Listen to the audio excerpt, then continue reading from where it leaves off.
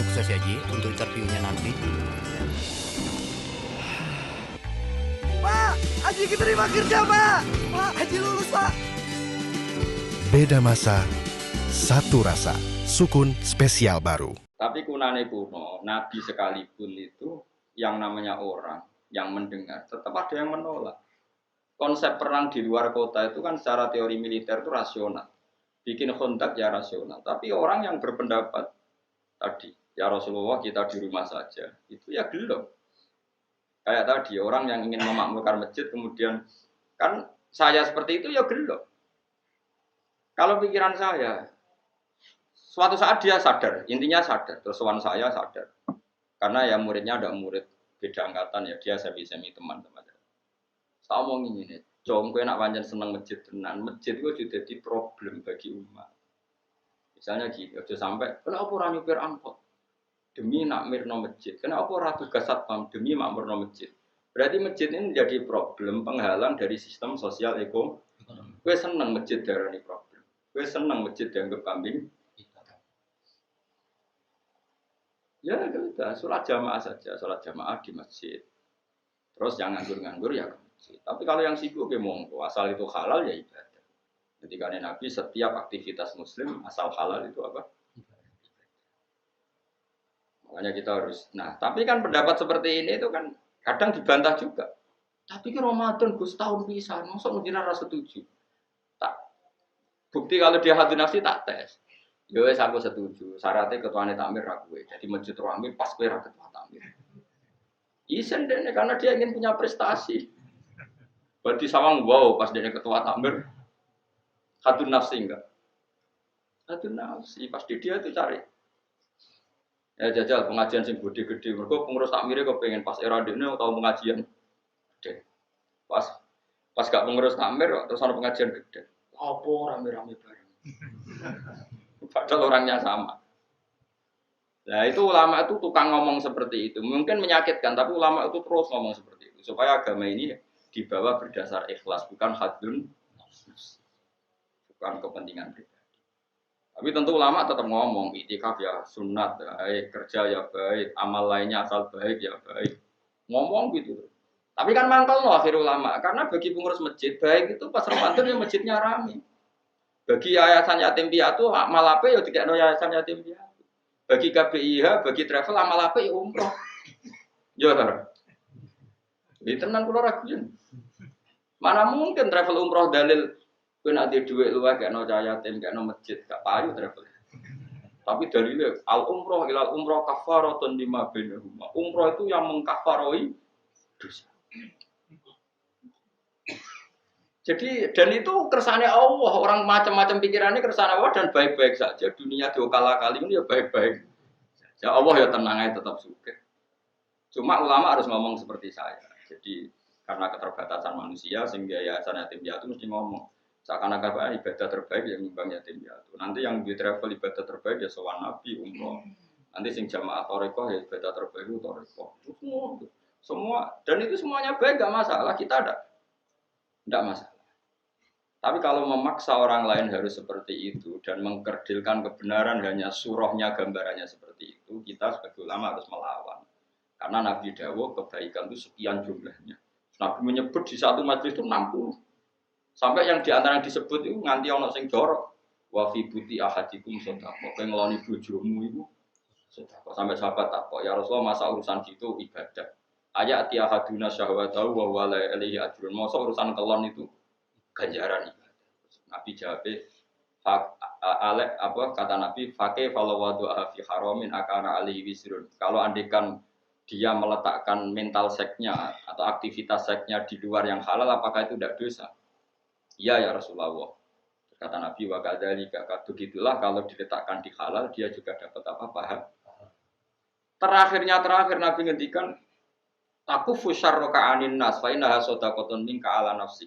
Jika kamu itikaf di masjid tidak bisa, adol pentol tidak bisa, jadi satpam tidak bisa, aktivitas sosial yang menguntungkan orang lain tidak bisa. Taku fusyarroka aninnas. Yang penting kamu tidak berbuat buruk yang merugikan manusia.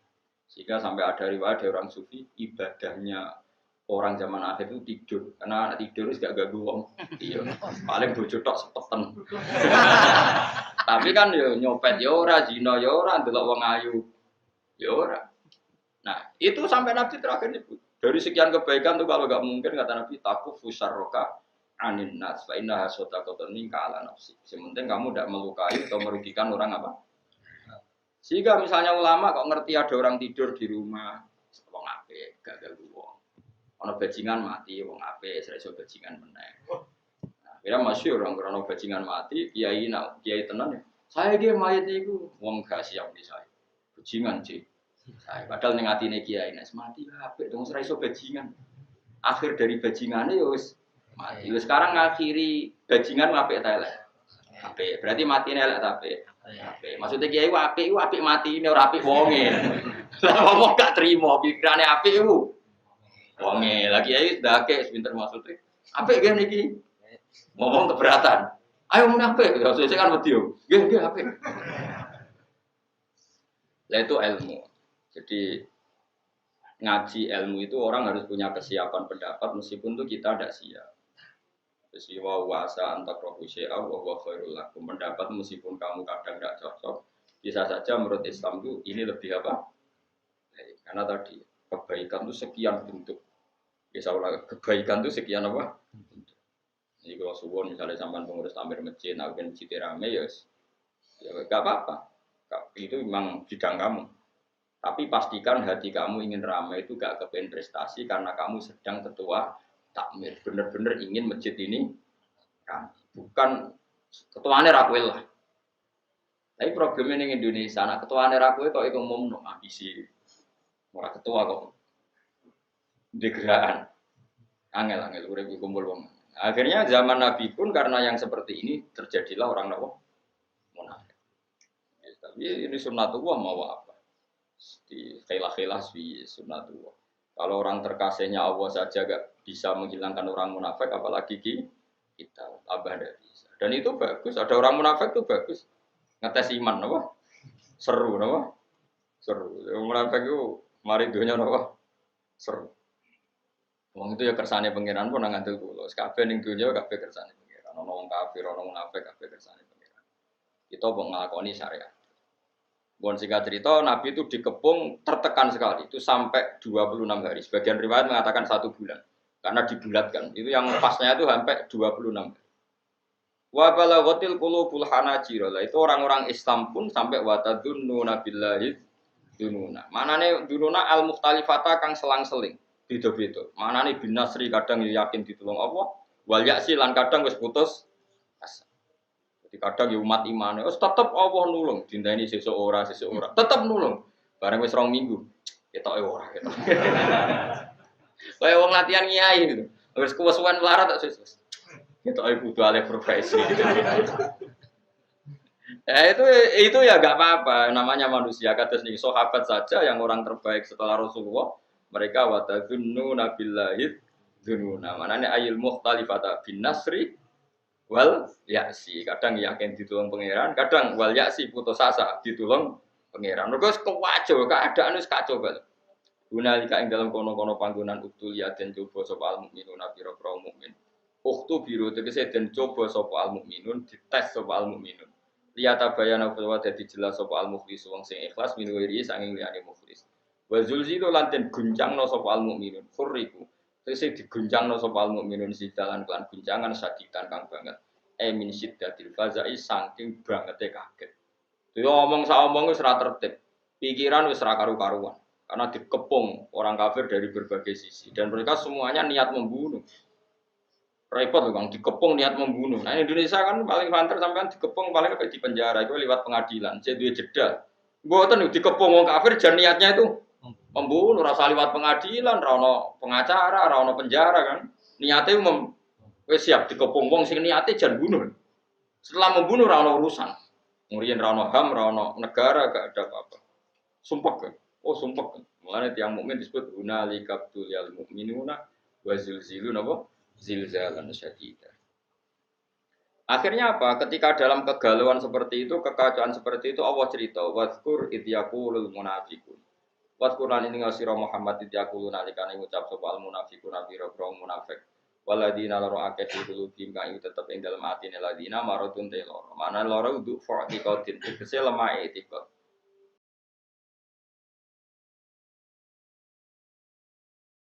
Ketika dalam keadaan tertekan seperti itu dan sebagian yang bersama Nabi itu tidak semuanya sahabat baik.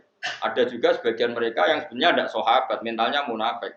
Mereka komentar apa? Ma wa'adana Allahu wa rasuluhu illa ghurura. Ma wa'ada ora janjeni nek kita sapa Allah wa rasuluhu lan utasane Allah bin nasri kelawan nulung ora janjeni iku illa ghururan kecuali mung bodoni tok berarti lan tegese batil.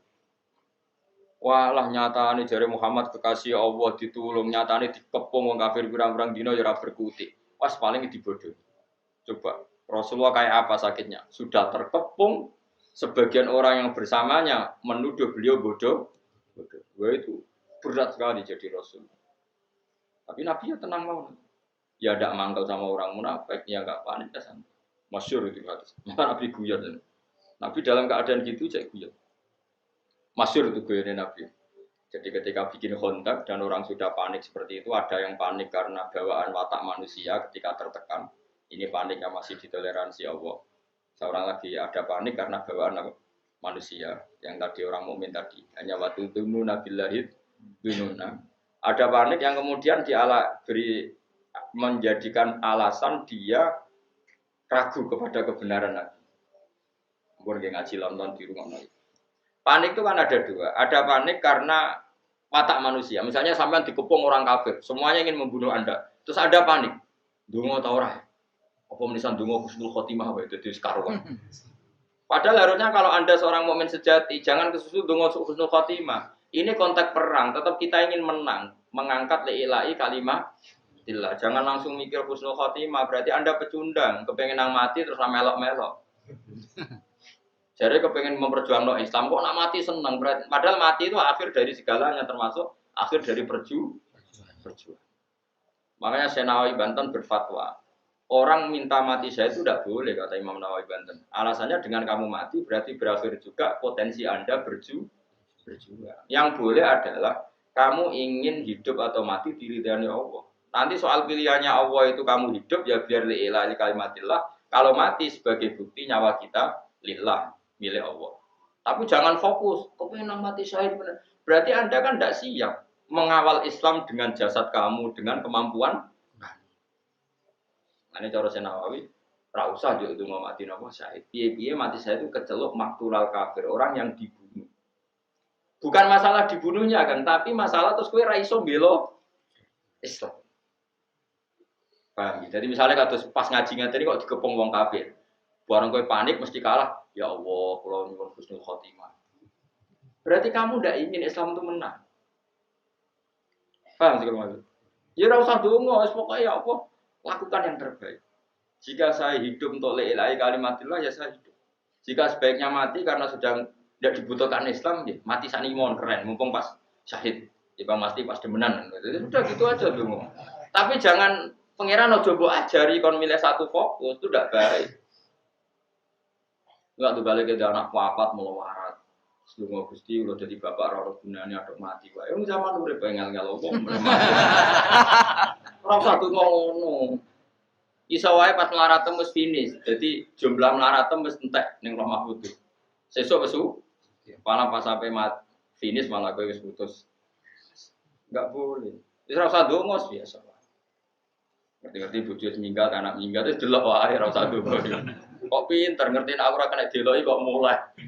Jadi bojomu pinter. Mulane wong ojo emosi. Misale ki melarat, ra iso nafal ki bojomu mulai. Alhamdulillah Gusti bojo kula pinter. Wis ngerti kalau ora deloki kok mulai. Wis ngerti kalau ora iso ngekeki mangan kok mulai. Wis sing bangga di bojo pinter. Wong nganggo akale ora ngarep emosi. Ojo kok malah ngamuk. Wes ngerti nak melarat tanggal mulai. Lah misale melok kowe terus ramangan mati kabeh. Ya ape mulai. Nah mulai berarti bojomu pinter, wis ngerti nak melarat. Ditinggal mulai. Lah bojomu lah mulai aja nuruti nafsu. Mas, kula pengen bantu jenengan gak bebani jenengan. Tak sementara aja mangan wong tuaku dhewe. Tolong Mas urus diri sendiri. Lho umpama Islam ngono ra indah napa?